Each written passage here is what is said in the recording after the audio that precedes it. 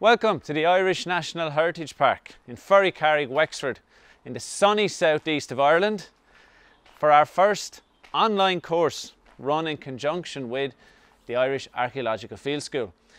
The Irish National Heritage Park is a 40-acre park, and what do? Well, we tell the story of human settlement in Ireland. That's a story that goes back 10,500 years, 12,500 years. We're already going to be arguing about this. But there have been humans coming to Ireland for a long, long time. The first of those humans probably walked here. When you're going to come and visit us here after doing this course, you might fly here, you might get a boat, but imagine the first peoples walked here. So here at the park, you'll see the map behind me, we have 16 reconstructed sites. We have worked here at the park with archaeological schools in Ireland to reconstruct buildings as they would have been in the different periods. What we're going to do is bring you on a chronological journey through that history of human settlement in Ireland. What did the very first people do when they got here? Then as you move around, you'll find out a little bit about technology, about burials. You move in, we'll talk about the arrival of Christianity, and then we'll come on then around the park and we'll leave you up at the Hill of Carrick. That's the site of our live archaeological dig here in the park. I'm Chris Hayes, I'm the manager here of the park. You won't be seeing much of me right now. What I'm going to do is head up to site 1. That's where our story begins, the Mesolithic, the arrival of those first humans, and you're going to meet Derek. He's going to be your tour guide for the day. Let's go meet him.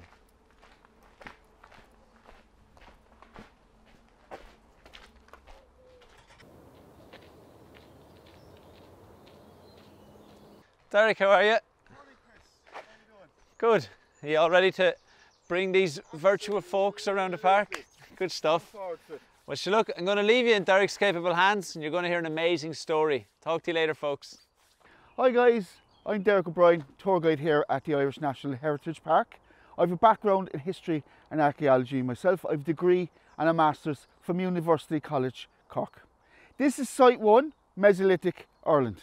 Okay, I'm just going to bring you back to the Paleolithic. The Stone Age, of course, is broken up into 3 different periods: the Paleolithic, the Mesolithic, and the Neolithic. So that's Old, Middle, and New Stone Age. So the history of Ireland begins in that Old Stone Age, the Paleolithic. There was bare bones discovered in a cave in County Clare, that's on the west coast of Ireland, back in 1909. They were radiocarbon dated in 2016, and they got a radiocarbon date of 12,500 years ago. What's most important is that there's butchery marks on those bones. It's the first evidence we have of human activity in Paleolithic Ireland. Someone butchered a bear in a cave in County Clare. After that, the next evidence for human activity is the Mesolithic. Okay? Mesolithic Ireland began around 10,500 years ago. As Chris mentioned earlier, there is an argument over this. But the earliest radiocarbon date we have of Mesolithic Ireland is around 9,850 years ago, and that's from a place called Mount Sandal. Okay, and that's what site 1 here in the park is actually based on. Okay, Mount Sandal is in County Derry, near Coleraine. It was excavated back in the 1970s by Peter Woodman. He found evidence for 7 huts on that site. So at Mount Sandal, they found the evidence of 7 huts. They found evidence of what type of foods they ate as well. Okay. Now Mount Sandal, of course, isn't the only Mesolithic site discovered in Ireland. There are many, many more sites, but the majority of sites have been found up in Ulster in the north of the country, because we believe that these people, when they crossed over from Britain, okay, probably coming by boat.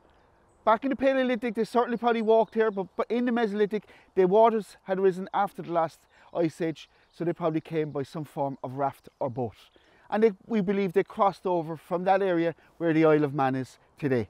So if you look at a map of Britain and Ireland, the Isle of Man is kind of opposite Ulster. So they crossed over. As I said, the majority of sites are found up in Ulster. But there are sites in the Republic of Ireland as well. Okay, lots of sites in the north, in Derry, in County Antrim, in County Down, in Dublin, County Meath, Westmeath, Limerick, Tipperary, Clare, and Kerry. But what's most important as well, all of these sites are either found on the coast or near river, because Ireland would have been totally covered by woodland at this time, as you see surrounding us here in the park. They mainly ate a marine diet. All the evidence from nearly all the Mesolithic sites in Ireland have thrown up a lot of Shellfish, like you see here, we have scallop shells. They would have ate mussels, crab, oyster, large variety of shellfish. They also ate fish like salmon, cod, trout, eel. They even found seal bones on a number of sites as well. They ate lots of berries, nuts and apples, and they found lots of these charcoal remains at these sites. Towards the end of the Mesolithic, they started to eat red meat. There is evidence of wild boar and some red deer as well. But these are believed that they actually went over to Britain and brought these animals back with them. These people, Mesolithic people, they buried their dead. Down in Lochgar, County Limerick, they actually found the burial remains. They've even found burnt remains as well. And we know from skeleton remains of Mesolithic people throughout Europe as well as Ireland that the average height of these people was about 5'4", 5'6". Just briefly back to Peter Woodman's excavations at Mount Sandal. As I said, he found evidence of 7 hut types on that site.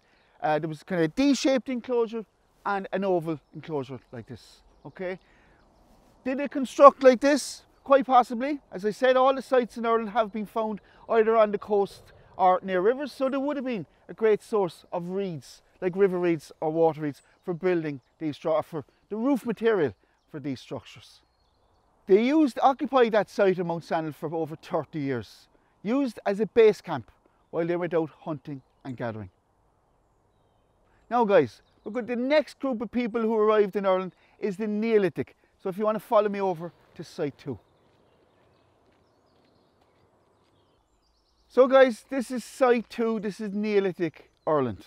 Neolithic Ireland began around 6,000 years ago. So the Mesolithic lasted for nearly 3,500 years, if not 4,500 years. So 6,000 years ago, new people arrived in Ireland. These were Neolithic. The Neolithic means new Stone Age. What's new about it? Farming. Farming began in the Levant or the Near East over 10,000 years ago. And that idea of farming, archaeologists say, travelled at a distance of 3 to 4 kilometres per year. And it took almost 3,000 to 4,000 years for that idea to reach Ireland. And we know that these people crossed over from Britain again, much like the Mesolithic people, but they may have come up from France and Spain as well. What did they bring with them? They brought cows, sheep and goats, more importantly, crops. Wheat and barley are grown in Ireland for the first time. So these Neolithic people needed to clear this forest because they needed land for their animals to graze and land to grow their crops as well. And as you can see, they're living in much larger structures. They're settled. They're no longer nomadic, they're no longer hunter-gatherers. Sure, some hunting and gathering still went on for sport, but they're settling down now, they're growing their own food, and of course they're rearing their own animals as well. Archaeological excavations over the last 20 or 30 years in Ireland have shown that these Neolithic peoples were living in small family units, whereas across Europe and Britain they were living in type of villages. They're using wattle and daub and also lots of oak for constructing these large structures. Archaeological excavations in Ireland have also shown that a lot of these structures were burnt down towards the end of their use. There are many different theories of why these structures were actually burnt down. Was it to do with health? Was it to do with ritual? Was it to do with an elder of the family dying, placed inside a structure and the structure burnt down? There are many other theories as well. But as I said, most of the archaeological excavations have proven that these structures were burnt down towards the end of their use. So these Neolithic farmers were still obviously using stone tools, but they perfected the polished stone axe at this time. These polished stone axes were used for ceremony, but of course they were used for chopping down trees as well to clear the forests. A lot of these stone axes were made from a large variety of stone, such as limestone, but there's one stone in particular they were using. It's called porcelainite. Porcelainite is only quarried up in County Antrim in a place called Slieve-Bulla, but it's also found on Rathlin Island, which is off the coast of County Antrim. And what's really important about this is that these polished stone axes have been found over in Britain. But as well as that, there's a stone they were using in Britain called Langsdale stone, which is quarried in Cumbria on the east coast of England. Polished stone axes made from Langsdale stone have been found here in Ireland. This proves that both Neolithic peoples in Ireland and in Britain were connected. There was trade or some form of communication going on. Now a lot of these polished stone axes have turned up in burial sites to do with the Neolithic. And we're going to head up to one of these burial sites here now in the park.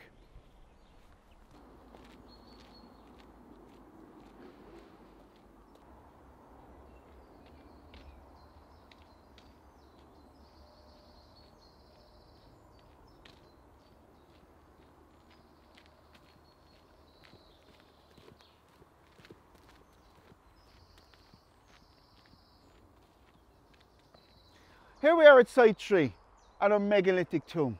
There are 4 types of megalithic tombs in Ireland. We have core tombs, passage tombs, wedge tombs, and of course our portal tomb. The portal tombs of course are also known as a dolmen.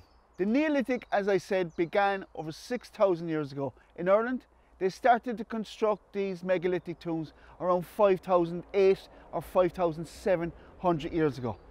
We believe the core tombs came first, then came the portal tomb, then the passage tomb, and towards the end of the Neolithic we get the wedge tombs. They have found stone axes in these tombs, and they found a variety of other grave goods inside them as well. Of course, they're tombs, they're buried here. We just don't find grave goods, we also find human remains.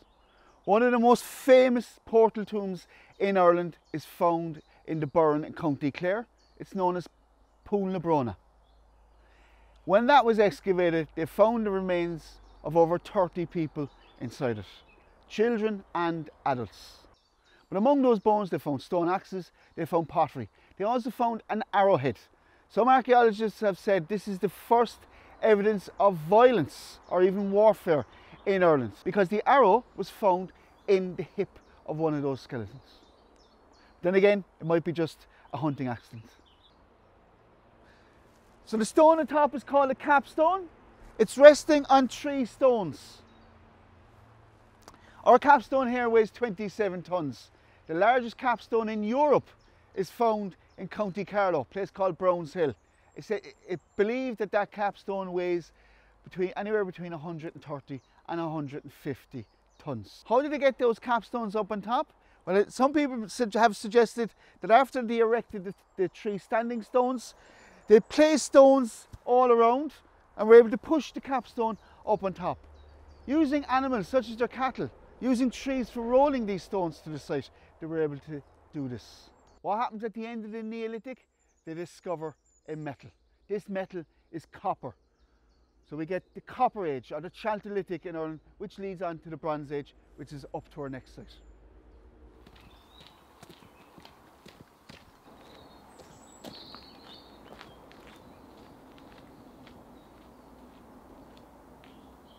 Now in between Site 3 and Site 4 we have this. This is a Scots pine.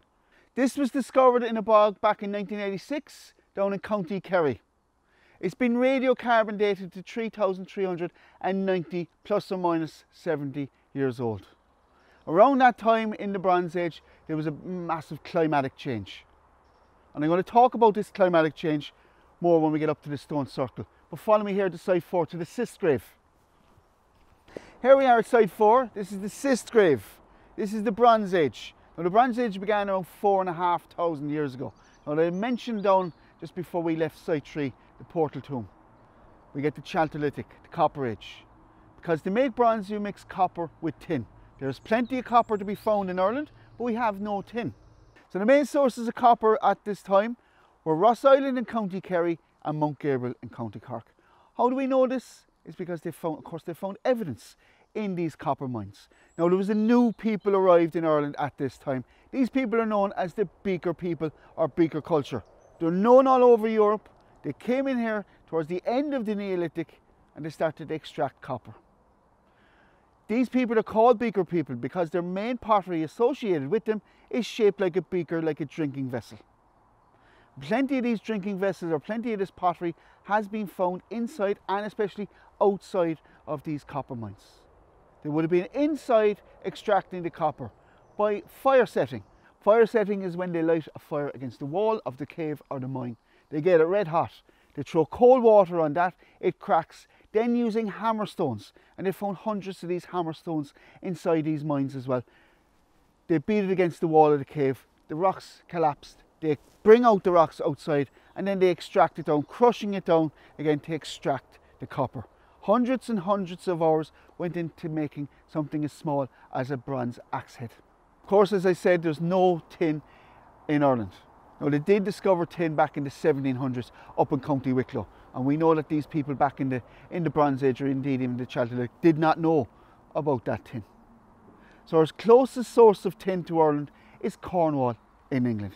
And we know, as I said, back in the Neolithic, there was trade going on, so there was trade going on at the beginning of the Bronze Age still. They're bringing the tin over here to Ireland, they're mixing with the copper, and they're making tools. They're making weapons. We certainly get the start of warfare in the Bronze Age in Ireland, because nearly all the artefacts are swords, axes, spears, daggers, rapiers, and halberds. Of course, we find lots of other bronze artefacts as well, large cauldrons and musical instruments such as big trumpets or horns. We also find a thing called a cortel. If you saw a cortel, it looks like a hand grenade or a big earring. And in fact, it makes a rattling noise. So it's probably used along with these trumpets or horns as a musical instrument. There's plenty of evidence of hill forts and other important sites at this time. So we certainly have a hierarchy in Ireland during the Bronze Age. But of course, we also get new burials. Lots of evidence shows that in the Bronze Age, lots of people were cremated, because we found lots of cremated remains in large urns or large pots. But we also find these cist graves. These cist graves, there's a stone-lined grave, because the cist comes from kista, the German word for box. So it's a stone-lined grave. It would have been completely covered over with a mound of earth. Mainly, these are single burials, but they have found up to 2 or 3 people inside them as well. A lot of these, where there's 2 or 3 people buried inside them, it's male, female, and sometimes an infant child as well. Some people believe the theory behind this is that the human remains found inside these cist graves are found in a fetal position, like you would be in the womb. Many archaeologists believe that the whole idea behind this and this big mound, that it represents the womb and that they're being reborn in the next life. Of course, these people are buried with artefacts as well, or grave goods. Some have been found with bronze axes, bronze daggers, some have been found with pottery. So many of these cist graves are associated with this Beaker people. They would have a stone on top as well, a lot of them, this burial marker. Okay? But we do find in the Bronze Age single standing stones like this. We find stone rows, and of course we find stone circles. If you want to follow me to site 5, we'll bring you up to our stone circle here in the park.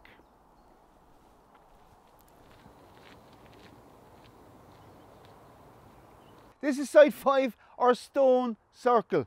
Stone circles like these are found all over Europe. I mentioned earlier about a climatic change at the Scots Pine. Okay, I'm going to speak to you about that here now. So back in the Neolithic, firstly, entering these passage tombs or in any of these portal tombs was like re-entering the earth, because the earth was good to these farmers. Okay, so they believed in an earth god. Whereas in the Bronze Age, we believe they started looking up towards the heavens, up towards the sky, believing in a sky god, a sun god, or even something up in the stars. These stone circles started to appear on the landscape around 3,800 years ago. We believe that it ties in with this climatic change. It got a lot wetter and a lot colder. So certainly they started looking up towards the sky and worshipping the sun.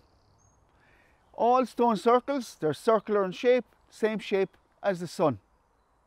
Some stone circles in Ireland and in Britain, as I mentioned, they're found all over Europe, but some stone circles in Ireland and in Britain are actually in line with the rising of the sun, either on the summer solstice or the winter solstice, 21st of June or the 21st of December.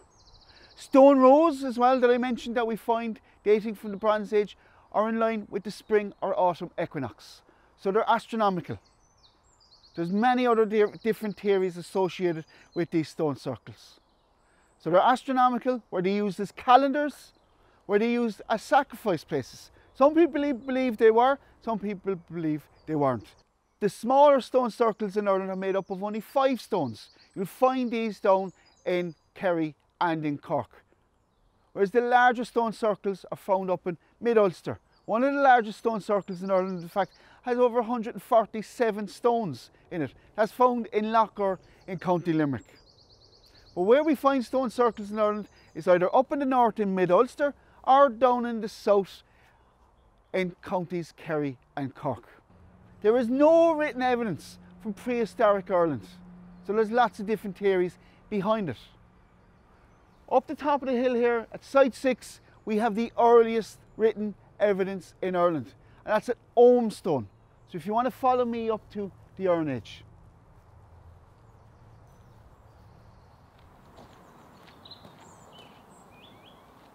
This is Site 6 or Ormstone. Ormstones date from around the 4th century. What were they used for? There's a number of different theories. But each group of markings represents one single letter. Ormstones are read from left to right. This one here reads Ivani Avi Maki Treni, and that's Latin for Owen, the grandson of Mac Truan. Now, you're probably thinking, this is the 4th century, this is before the arrival of St. Patrick to Ireland, before the arrival of Christianity. Okay? But we believe Christianity was probably here in Ireland before St. Patrick. But I'll speak more about that at Site 8. So where's the Latin coming from? Well, we know that Ormstones are not only found in Ireland, they're also found in Scotland, Wales, the Isle of Man and in England. Remember, England and Wales are Roman at this time. We know that there's trade going on with Roman Britain. We know there's raid going on with Roman Britain. They're raiding Roman Britain. Slaves, again, St. Patrick was one of these slaves that was brought to Ireland, along with thousands of others. So through trade, of course, ideas travel. One of those ideas, possibly Christianity, and of course Latin as well. It was believed at first that these were burial markers, but when on excavation they found no human remains underneath. But of course these are also found later on in monastic sites where we do find burials. They're used as headstones. So the main theory is that they're probably used as land markers or border markers. Find these Ormstones on the borders of the ancient Tuhas. These Tuhas were the ancient kingdoms in Ireland. So as I said, this one reads Ivani Avi Maki Treni. That's Owen, the grandson of Mac Truan. So possibly this land used to belong to Mac Truan, which was then handed down to his grandson. So as I mentioned, there's plenty of trade going on with Roman Britain. But the question is, did the Romans invade Ireland? We know they didn't. But we know that Agricola, who was a Roman general, had put a plan in place to invade Ireland, because he mentions that Ireland could have been taken by one legion. But there is certainly plenty of evidence to show that the Romans did come here. Up in North County Dublin, a place called Dromana, it was believed for many, many years that it was a Roman camp or a Roman trading post. And around that area in ploughed fields over the decades, they have found Roman glass and Roman pottery. As well as that, they found plenty of Roman coins in Ireland. But of course, this could be down to trade. But they found 25 Roman coins in the entrance of Newgrange, that great Neolithic passage tomb in County Meath. These 25 coins are made from copper, silver and gold, all dating from the 1st, 2nd and 3rd and even the 4th century. We know that when the Romans went into another country, they always asked the local people who their deity was, who their gods were, and they always paid homage or worshipped that god. And we know that people were worshipping up at Neolithic for centuries, even millennium after the Neolithic people had abandoned it. So possibly a Roman soldier or a Roman general who came here to investigate the country threw a coin in there as an offering to the god, possibly Dagda, up in County Meath, up in Newgrange. The Romans didn't stay here because we didn't have the resources like they had in Britain or any other country that they invaded. So they stayed well enough away. But we have found Roman burials in Ireland, but this could be down to a tribe called the Briganti tribe. Briganti tribe are from northern Britain. We know from the first ever map that was drawn of Ireland, drawn in the 1st century by Ptolemy, the Greek map maker, On that map he names a lot of Irish tribes, he names Irish rivers as well, but he places the Briganti tribe on that map, down here in the southeast of Ireland, down here around Wexford. So through this Briganti tribe, maybe they brought Christianity, maybe they brought this Ogham writing. How do we know that this is writing? Because thankfully a monk wrote down in around the 5th or 6th century in a book called the Book of Ballymote, he wrote down the Ogham alphabet. That was discovered in the 19th century, thankfully, so we're now able to read these Ogham stones. Now, a lot of Ogham stones have been found over the years used as lintels in souterrains. Where do we find souterrains? Up in our ring fort. So follow me up to site 7, up to our ring fort.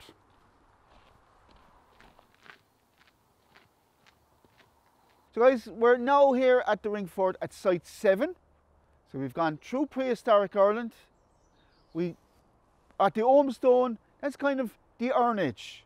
These ring forts are also the Iron Age, but we're into early medieval Ireland, or as some people call it, or as we call it here in the park, early Christian Ireland. Okay? There are over 45 to 60,000 ring forts identified on the island of Ireland. You'll find them in every single county. There are well over 600 alone here, for example, in County Wexford. When you find one ring fort, you will find at least 3 or 4, if not 5, within a kilometre or 2. You'll find them in clusters. These are not towns or villages. These were for large families. This ring fort here has one ring around it, or one protective ditch, hence their names, ring forts. But we also get ring forts with 2 and even 3 rings around them. Now these larger ring forts with the 3 rings around them are known to be royal sites. Almost 4, if not 6 times the size of the inside of our ring fort here. But as I said, our ring fort here is for one family, one extended family. Possibly up to a dozen people will have lived in a ring fort of this size. All ring forts would have big, large wooden palisades around them. This was for protection. These were dairy farmers. Cattle was really, really important at this time. There's no money, no currency. Your wealth was based on your cattle.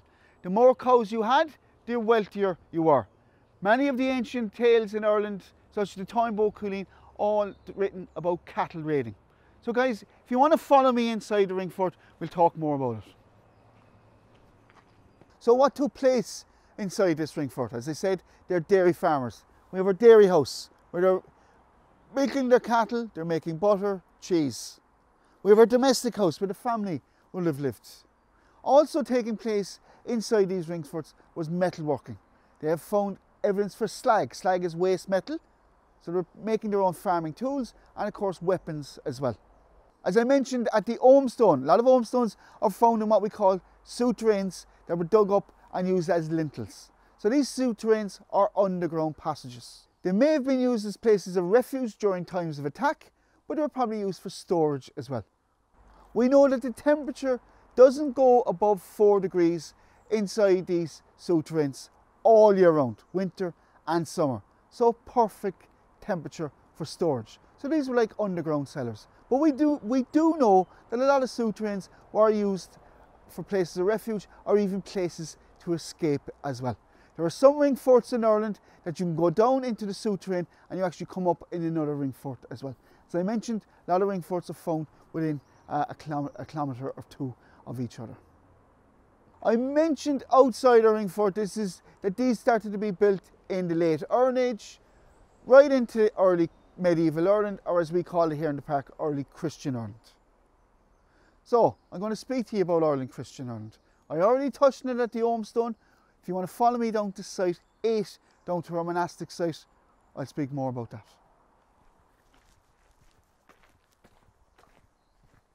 So here we are at site 8, our monastic site. Now, I already mentioned to you that Christianity probably arrived in Ireland before St. Patrick. So the first monasteries in Ireland, everything was built of timber, and then in the 8th century they began to make a statement that they started building in stone.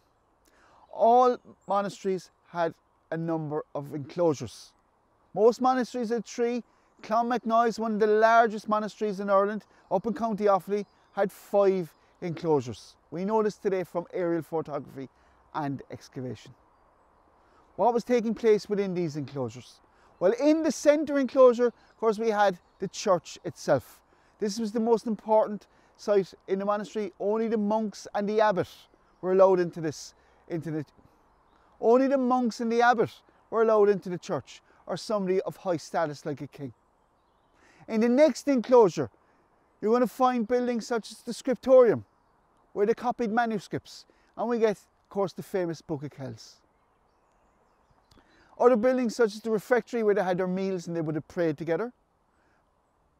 We also find the high cross. These high crosses were used to teach people the stories in the Bible. It was an illiterate society. Only the monks and abbot could read and write, possibly again somebody of high status. So there's different images or different stories of the Bible carved into all these high crosses that you will find in Ireland.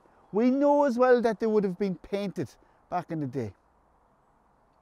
Other activities that took place in the monastery: metalworking.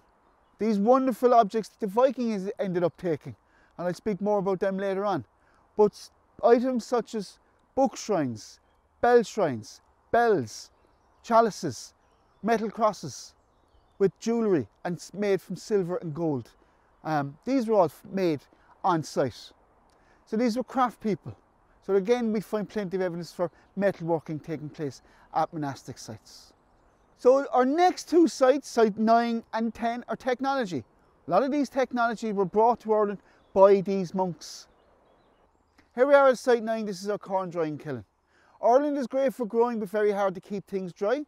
So these kilns were used for drying out their different cereals. Now we say corn drying kiln, but what we mean is cereals. Wheat, barley, oats and rye. Evidence for these have been found at these sites. They were drying these items at this kiln. They've also found evidence for flax, that they were drying flax at these sites as well. The whole process was, this here is called a flue, so it's like a horizontal chimney. These flues, when they're excavated, they're anywhere from ½ metre up to 3 metres in length. The fire was lit at the very end. They're totally covered, as I said, like a horizontal chimney. The warm air flowed up through the flue. Now these are built on high ground, so they're built against the prevailing wind. So the warm air, so the wind carried the warm air up through the flue. There was a large hole in here in the centre. The warm air went up. You place whatever you wanted to dry on your mat. You put your mat over the hole and you covered with this big cap. Took about 24 hours to dry out your different types of cereal. Of course, you have to dry and harden wheat, for example, before you can ground it down into flour. So this is a millstone or a current stone.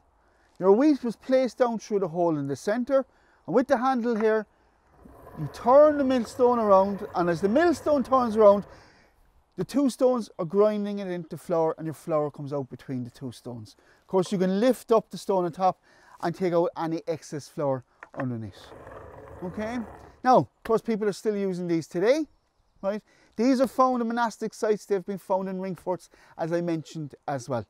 But in the 7th century, a new invention arrived in Ireland, and this was down to the monks. So if you want to follow me down to site 10, down to our horizontal watermill.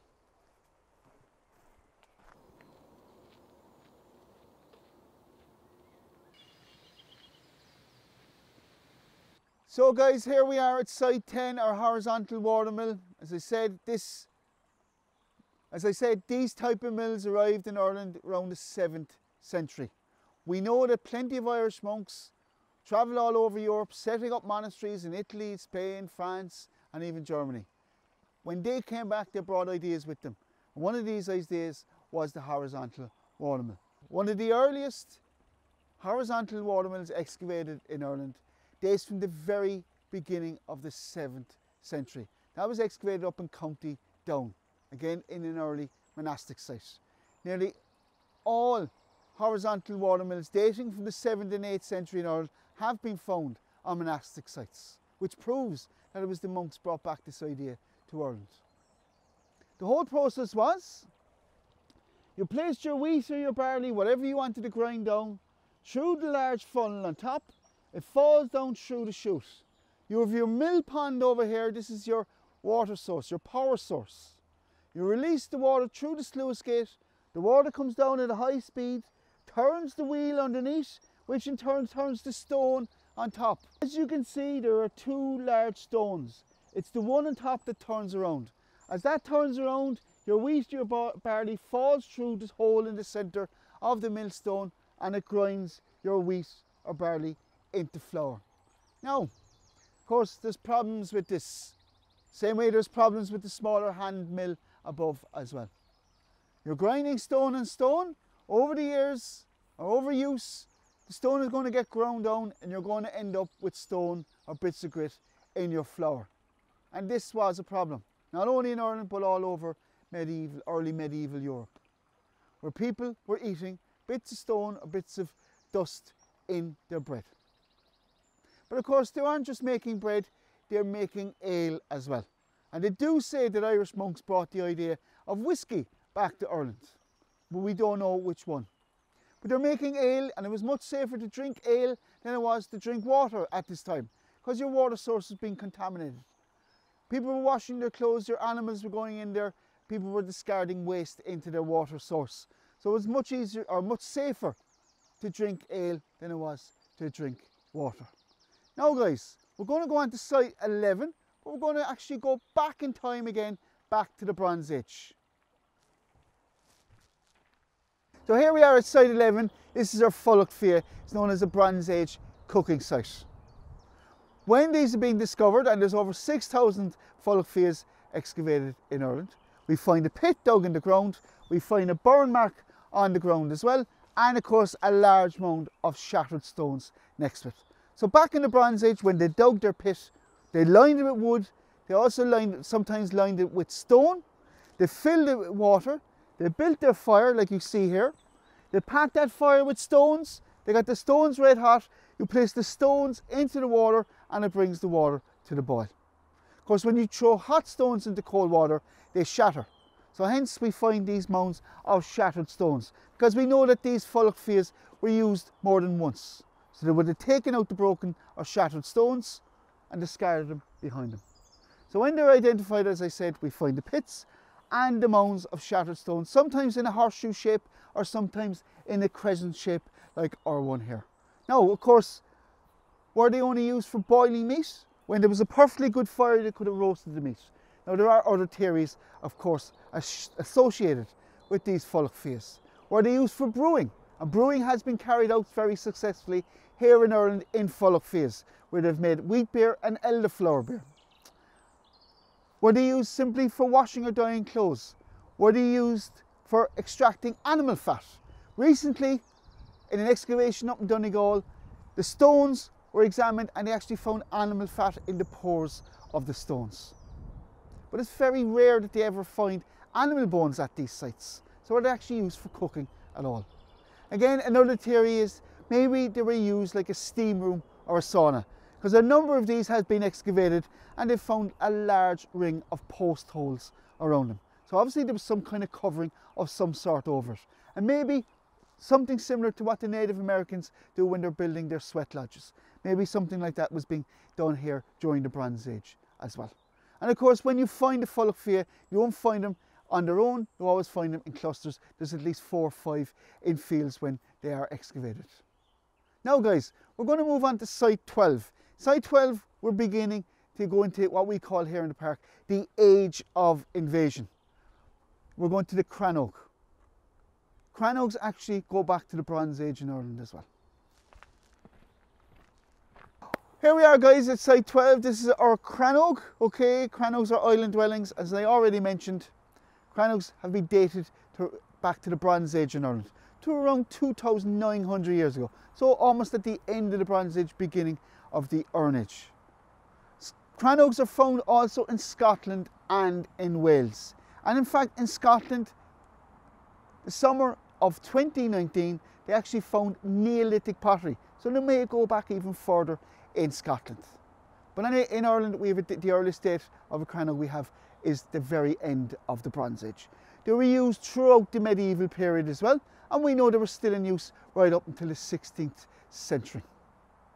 So, what were crannogs? As I said, they're island dwellings. We know people lived in them. They're like a ring fort on water. They found evidence for pottery. They found evidence for domestic use. They found animal bones. So people were certainly living on them. Some believe that they were royal sites. We know a lot of crannogs were connected to royal ring forts. And we know some crannogs were used as storage. So some of these royal ring forts could have used a crannog for storage. There was one crannog excavated a few years ago up in County Fermanagh, where they found over 6,500 wooden objects consisting of bowls, buckets, spoons, items like that, found on a crannog no bigger than our one here. Obviously that crannog was used for storage. They found no evidence to suggest that those items were being manufactured on the crannog. So obviously just simply used for storage. But we have found evidence for some things being manufactured on crannogs, and some were used in fact as industrial sites. They found plenty of evidence of metalworking taking place. Again, much like the ring fort, they found evidence for slag, waste metal, on crannogs. They found evidence for gold working and glass working on crannogs as well. A lot of those crannogs are associated with church sites. So were they making church objects on crannogs? So I'm standing here on our path that leads over to our crannog. Now most crannogs in Ireland don't have paths going over them, but some do. But these paths are constantly covered with water. And it was only the people that constructed the crannog knew where that path was. And like our one here, it's kind of in a bendy shape. Some paths to crannogs are in an S shape. So you would, if you were to find the path going over to the crannog, you would eventually fall in. And possibly, maybe there was no paths going onto these crannogs because they didn't want their slaves to escape. And I'll explain that when we go over onto the crannog.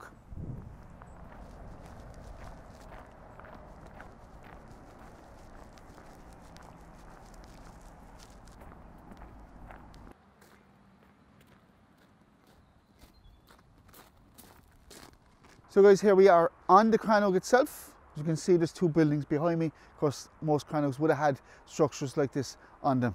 Some small, some large ones possibly carried out. Some small, some large ones probably used for feasting.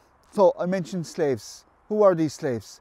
We know that when the Vikings arrived here in the 8th century, they started to take slaves. Even after they settled here, this slave trade began with the Irish and the Vikings. And we know that there were slaves being held on crannogs such as this. How do we know this? Because we found slave chains. These are Viking slave chains. We know the Viking slave chains because similar chains have been found from Viking Dublin and Viking Cork. They've also found hack silver. Hack silver is Viking currency. As well as that, they have found Viking gaming board. I keep mentioning Vikings, yet I'm still standing at our crannog. So I'll talk to you again over at site 13, our Viking house. So guys, here we are at site 13, our Viking boatyard. Vikings first arrived in Ireland in the 8th century. The first recorded Viking attacks in Ireland was in the year 795. It's recorded in that year that they attacked Rathlin Island off the north coast, Lambay Island off the east coast, and Inishboffin and Inishmurray off the northwest coast. They also attacked Iona, that island off the coast of Scotland, in 795 as well. So between 795 and around 840 there were a number of recorded Viking attacks on the island of Ireland. Indeed, there was a number of attacks here in County Wexford as well, such as Timon and Ferns. In the year 839, it is recorded that they spend their first winter here. Who's recording this? It's the monks. This is all written down in what we call the Annals. But in the year 839, it's recorded the Vikings spend the winter in what's known as a longport. A longport is a ship base. These are D-shaped enclosures where they had high ground behind them and they had water in front of them, like we have here with the River Slaney. The first one recorded is Annagassan in County Louth. There are a number of others recorded and discovered since then, such as Doonrally in County Laois. But of course, there's others that developed into towns themselves, such as Wexford, course, Dublin, Waterford, Cork and Limerick. They're the 5 main Viking towns in Ireland. Wexford, we know, was probably settled after 888, but it was Dublin was the first and largest Viking town in Ireland. Dublin itself was one of the wealthiest Viking trading towns in medieval Europe. Now the Vikings came here to begin with. They were attacking and plundering monasteries. They're taking lots of silver, lots of gold from these monasteries. They're taking slaves as well. But finally, after around 841, they started to settle here. But of course, when they settled here first, there is still stories from the annals that they continued to attack and plunder monasteries. Of course, the Vikings themselves were pagans. They become Christian after 950, and it is after that that they stopped attacking and plundering monasteries. So the Vikings in Ireland, when they settled here, they become merchants and traders. These towns in Ireland, like Dublin, Wexford, Waterford, Cork and Limerick, are trading towns. They begin to mix with the Irish and intermarry with the Irish. And by the 10th century, as I said, they become Christian, but they also become known as Hiberno Norse. Hiberno meaning Irish, and of course Norse meaning Viking or Scandinavian. There's plenty of Viking evidence in all of these Viking towns that I mentioned, such as these, the houses. This is a typical Viking house that was constructed here in Ireland. This one here in the park is actually based on the same measurements as one that was excavated here in Wexford town back in 1987. But they've been found, as I said, in all the Viking towns in Ireland. So here we are, guys, inside our Viking house. Where I'm sitting here, they would have slept here as well. Okay, we have our fire, our hearth in the centre, and we know from contemporary tales such as the Icelandic sagas, such as an Arab called Ibn Fadlan, who wrote about the Vikings in the 11th century. He travelled up and down the Volga River with the Vikings, and he writes about how the Vikings lived. There's no chimney in this house, so they would have hung meats from the rafters in these buildings. So they're smoking the meats to preserve them. We know the Vikings brought salt into Ireland, or used salt, in fact, for preserving fish. And of course, Scandinavian people today are still well known for their salted fish. Okay.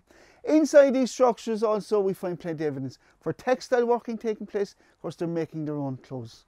Leather working, they're making shoes and bags and items like that. Amber, of course, is being brought in by these Viking merchants. Amber, of course, is only found in the Baltic, up around Scandinavia. They're bringing it in here to Ireland, and they're making personal items, jewellery from amber. Fishamble Street in Dublin, they found lots of waste amber. Obviously there was a workshop in that area, but of course waste amber has been found in all the other Viking towns as well. The Vikings give us our first real towns in Ireland. Before they arrived, the towns were basically our monastic sites. What else did they give us? They gave us coinage. If you remember up at the Ring Fort, I mentioned that cattle was a source of wealth. There was no coins before the Vikings arrived. Sure, I did mention there was Roman coins in Ireland, but the Irish themselves did not have coinage themselves. The first coins minted here in Ireland were minted in Dublin around 996-997 by the Viking king of Dublin at the time, Sitric Silkenbeard. Now, of course, there are plenty of Vikings still in Ireland today. Anyone with the surname such as MacIver, Ivor, Broderick, McLaughlin. Of course, Lucklinig is the Irish word for Viking. So MacLachlan, son of a Viking. And of course, Doyle is another one. There are plenty of Viking names still in Ireland. And there are other names associated with another group of people. These surnames, Fitzgerald, Fitzstephen, Barry, these people were the Anglo-Normans. So here in the park, the last site I'm going to take you to is the site of the very first fortification that was ever constructed by the Anglo-Normans in Ireland in 1169. So here we are, guys, on Carrig Hill, in between our Viking boatyard and our Anglo-Norman fortification. Okay, behind me here is the River Slaney. Vikings would have used the River Slaney and other rivers such as this to get into the interior of the country when they're attacking monasteries. But of course the Anglo-Normans used rivers like this for getting around as well. Rivers such as the Slaney here behind me were motorways in later medieval Ireland. It was much cheaper to transport goods by water than it was by land. So who were these Anglo-Normans who arrived here in Ireland in 1169?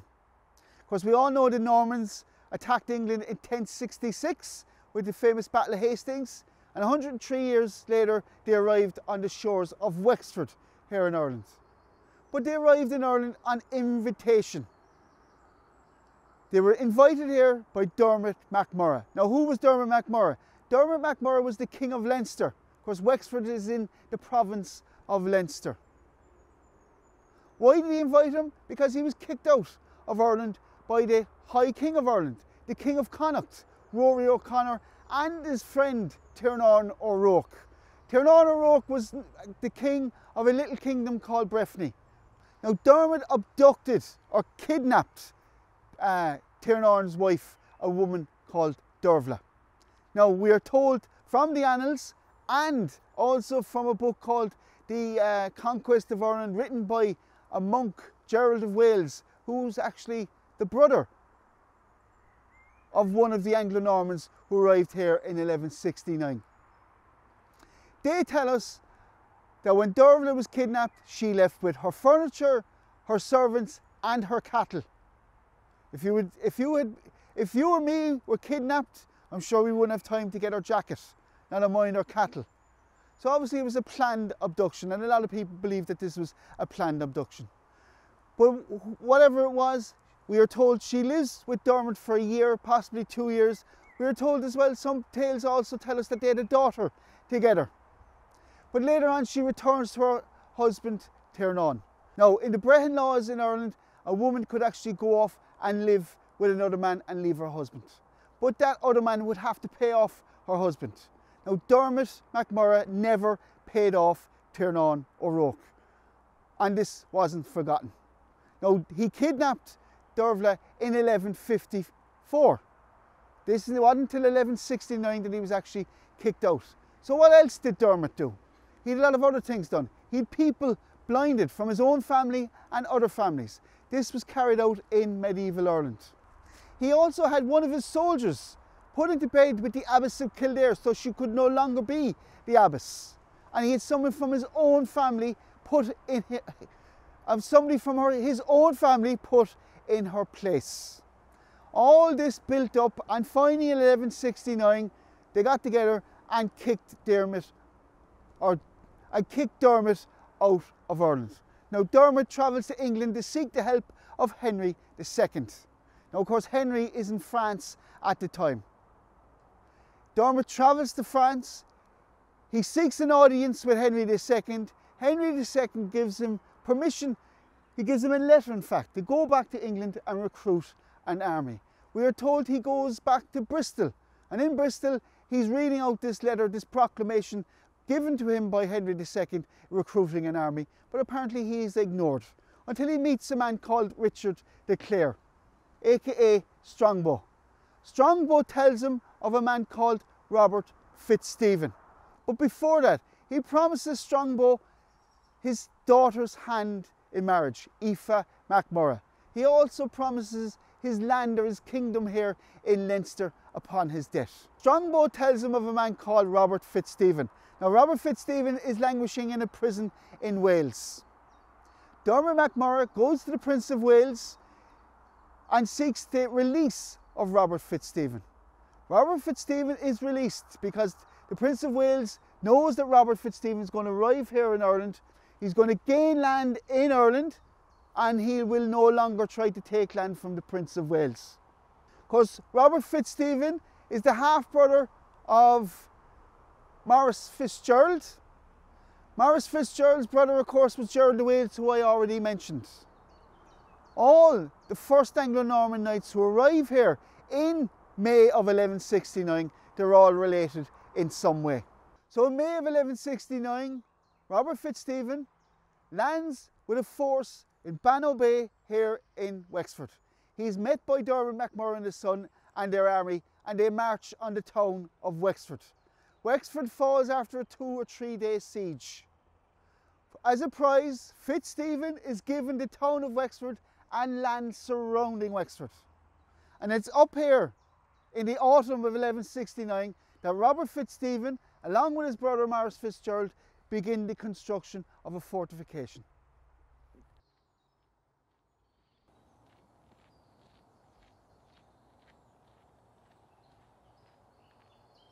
So here we are, guys, standing on the site itself of the fortification, or what's known as a ringwork, which was built by Fitzstephen back in 1169. The next group of Anglo-Normans who arrive in Ireland is the following May 1170. They land in Baggabun, which is also here in Wexford. This is another Fitzgerald, Raymond Fitzgerald. Raymond waits for Strongbow to arrive. Strongbow arrives in August. He lands just outside Waterford. They meet up, they take the town of Waterford. They're met by Dermot MacMurrough.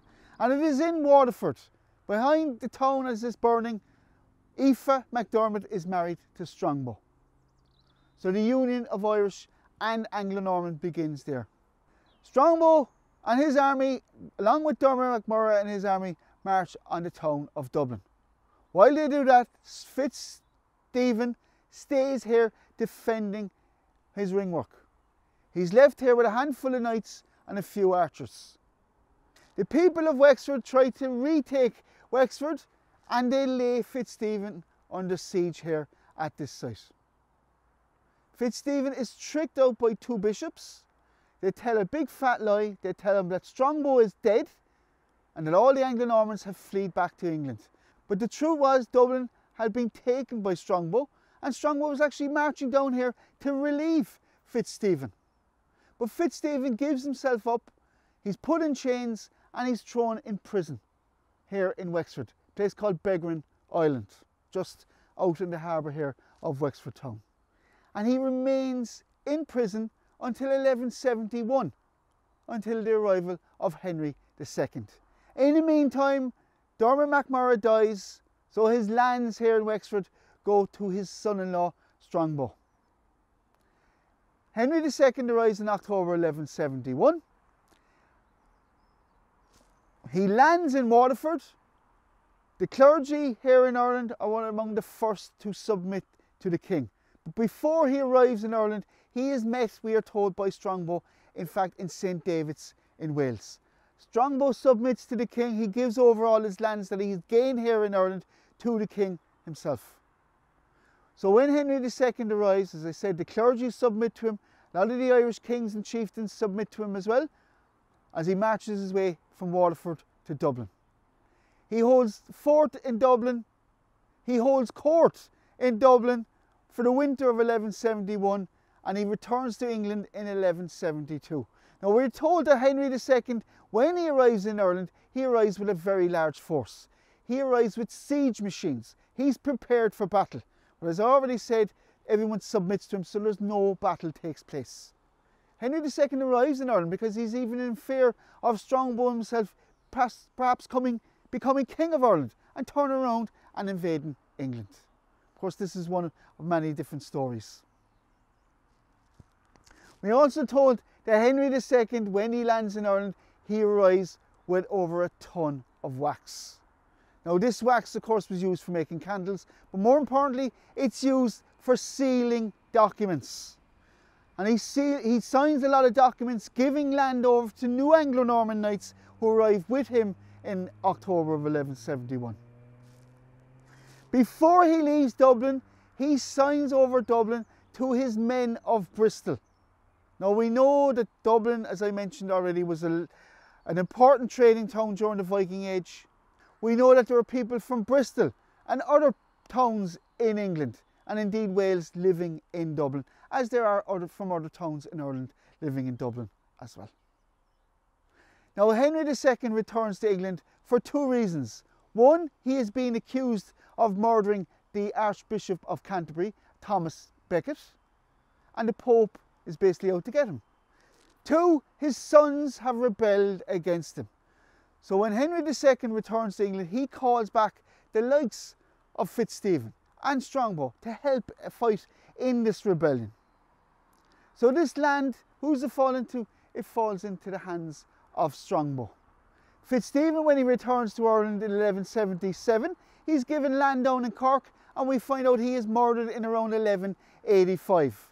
Strongbow dies in 1176, and this land falls into his daughter Isabella, who he had with Aoife. Of course, this land is held by the king until Isabella comes of age.